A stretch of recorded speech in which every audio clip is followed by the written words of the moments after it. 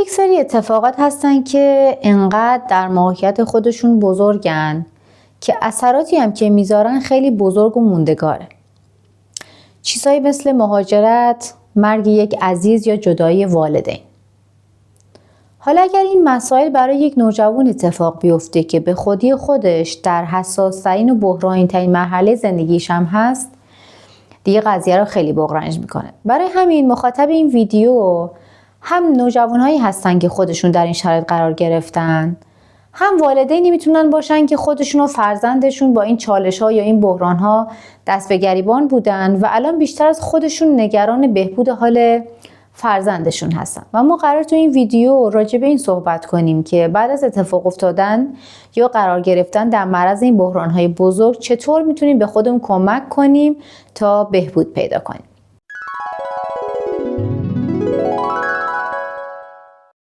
وقتی که یک تغییر خیلی بزرگ مثل چیزهایی که گفتم برای یک نوجوان اتفاق میفته، یک دفعه دنیا برای اون تبدیل میشه به یک جای ناامن، یک جای ترسناک و غیر قابل پیش بینی.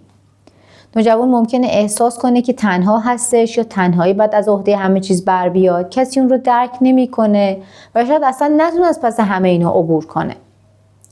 اما خبر خوب این که همه این چالش‌ها هم باز هم قابل حل هستن، باز هم قابل عبور هستن و اگر که ما بتونیم بحرانی رو که برامون به وجود اومده یا عزیزمون براش به وجود اومده رو به طور صحیح مدیریت کنیم، میتونیم برگردیم و به زندگی عادیمون ادامه بدیم و بهبود پیدا کنیم.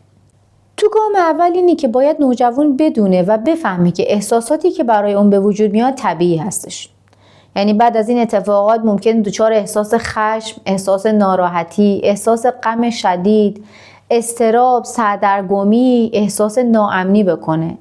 اما نکته مهم اینه که باید براش توضیح بدیم که این احساسات طبیعی هستن و مشکل در تو نیستش، مشکل در اون اتفاقی که افتاده، مشکل در اون بزرگی اون مسئله‌ای که پیش اومده. تو گام دوم اینه که باید به احساساتمون اجازه بروز بدیم. نه اینکه اونها رو سرکوب کنیم یا باهاشون بجنگیم. اگر احساس غم داریم به خودمون اجازه بدیم گریه کنیم. اگر احساس خشم داریم به خودمون اجازه بریم یه جایی بریم در تنهایی خشممون رو تخلیه کنیم، فریاد بزنیم، روی چیزی بزنیم، کاغذی رو پاره کنیم تا بتونیم خشم خودمون رو تخلیه کنیم. اگر احساس سردرگمی داریم از بقیه کمک بخوایم، فکر کنیم، ببینیم باید چی کار بکنیم. اگر احساس خودمون رو قورت بدیم و سرکوب کنیم و بخوایم تظاهر کنیم که همچین احساسی نداریم، این به بهبود ما نه تنها هیچ کمکی نمیکنه بلکه اوضاع رو تازه برای ما سخت‌تر هم میکنه.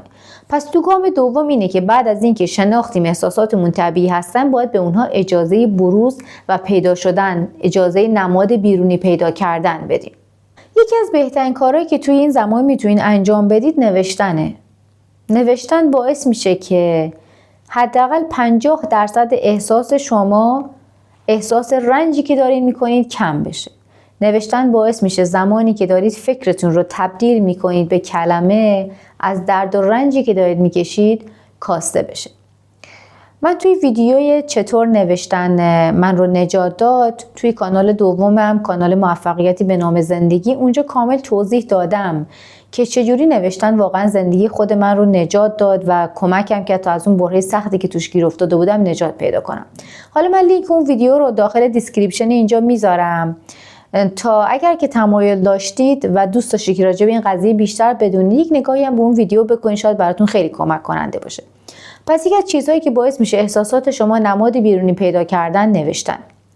دومین چیزی که میتونه بهتون کمک بکنه برای بروز احساساتتون اینه که از یک فرد امن کمک بگیرید و باهاش صحبت کنید. نوجوان نباید تنها بمونه. حتی اگر یک فرد امن میخواد اون فرد امن والد باشه، میخواد کسی باشه که از نظر والدش قابل اطمینانه، از یک نفر کمک بگیره. صحبت کردن باعث میشه سبک بشه، باعث میشه تخلیه بشه، باعث میشه احساس غم و شادی خودش رو واقعا بروز بده، گریه کنه، خشم خودش رو نشون بده و بهش خیلی کمک کننده هستش. پس استفاده کردن یا کمک گرفتن از یک فردی که قابل اطمینان باشه. سوم، ساختن روتین های جدید برای زندگیه. درسته که مثلا اتفاق خیلی بزرگی در زندگی ما افتاده. با مهاجرت ما تمام چیزهایی رو که قبل از مهاجرت داشتیم از دست دادیم. مجبور شدیم خیلی از وسایل زندگیمون رو بفروشیم. مجبور شدیم دوستامون رو کنار بذاریم، مدرسه‌مون رو عوض کنیم، چیزهای مورد علاقه‌مون رو جا بذاریم در مکان قبلی. یا حتی با جدا شدن والدینمون باعث شده مدرسه‌مون عوض بشه، دیگه توی خونه با 2 نفری که دوستش داشتیم زندگی نکنیم. و یه سری تغییرات خیلی بزرگی به وجود اومده که باعث شده زندگی ما بی‌ثبات بشه. چجوری میتونیم ثبات رو دوباره برگردونیم؟ با ساختن روتین‌های کوچیک کوچیک. یک برنامه مشخص برای خودتون داشته باشید. ساعت بیدار شدنتون، ساعت ورزش کردنتون، ساعت کتاب خوندنتون، ساعتی که قراره که با دوستای جدیدتون وقت بگذرونید. همشون باعث میشن تا زندگی شما یک روتین جدید، یک ثبات تازه و پایدار براتون به وجود بیاره. گام بعدی این هستش که در دل هر اتفاقی که افتاده دنبال یک معنایی بگردین. این یعنی چی؟ چطور میتونیم از اتفاقات بد برای خودمون یک معنای خوب در بیاریم؟ به این فکر کنید که درسته شما مهاجرت کردید و خیلی شرایط قبلی رو ندارید، اما این مهاجرته میتونه سرمنشأ شروع یک فصل جدید تو زندگیتون باشه. میتونه آینده شما رو خیلی بهتر بکنه. میتونید با فرهنگ‌ها و آدم‌های جدیدی آشنا بشید. فرصت‌های تازه‌ای برای زندگیتون پیدا کنید. از سختی‌هاش که بگذرید توی محیط جدید میتونید به چیزهای تازه و بهتری دست پیدا کنید. درسته که والدینتون از هم جدا شدن، درسته که شما دیگه اون 2 نفر رو در کنار هم ندارید، ولی لااقل دیگه چالش‌های هر روزه، جنگ اعصاب، سر و صدا، دعوا، صدای شکستن، دلهرهایی که هر روز وجود داشته دیگه تمام شده. حالا شما میتونید با یک آرامش بیشتری به زندگیتون ادامه بدید.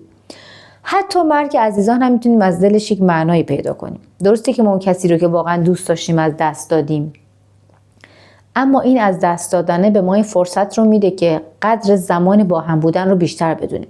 قدر کسایی رو که هنوز دوستشون داریم و اونها ما رو دوست دارن رو بیشتر بدونیم. سعی کنیم بیشتر عشق به هم دیگه نثار کنیم. سعی کنیم از زمان با هم بودنمون لذت بیشتری ببریم. پس حتی از دل بدترین اتفاقات هم میشه یک معنای خوب برای خودمون پیدا کنیم. و در نهایت این که اگر زمانی نه واقعا اتفاقی که برای نوجوان میفته بعد از این بحرانی که سپری کرده خیلی شدید باشه، یعنی دچار افت شدید تحصیلی بشه، دچار افسردگی شدید روحی بشه، دچار مشکلات خیلی جدی باشه، دیگه تو این زمان باید واقعا از یک کمک حرفه‌ای بهره مند بشه. یعنی باید به یک نفر مشاور یا روانشناس مراجعه کنه تا بتونه تو اون برهه زمانی با کمک تخصصی از عهده اون چیزی که براش اتفاق افتاده بر بیاد و بهش کمک کنه تو مرحله سخت زندگی رو سپری کنه. در نهایت چیزی که به عنوان جمع‌بندی آخر ویدیو میخوام بهتون بگم اینه که درسته که این اتفاق افتاده و اتفاق خیلی سخت و سنگینی در زندگی شما بوده به عنوان یک نوجوان، اما اگر به احساساتتون اجازه بروز بدید، به خودتون زمان بدید تا یک کمکی آرامش درونی بیشتری پیدا کنید، از نفرات امنی کمک بگیرید، صحبت کنید، احساساتتون رو بنویسید، سعی کنید در دل بدترین اتفاقات برای خودتون یک معنای خوب پیدا کنید، قطعاً به بهبود حالتون خیلی زودتر کمک میکنه. امیدوارم که بتونید شرایط سخت رو سپری کنید و برگردید به زندگی طبیعی.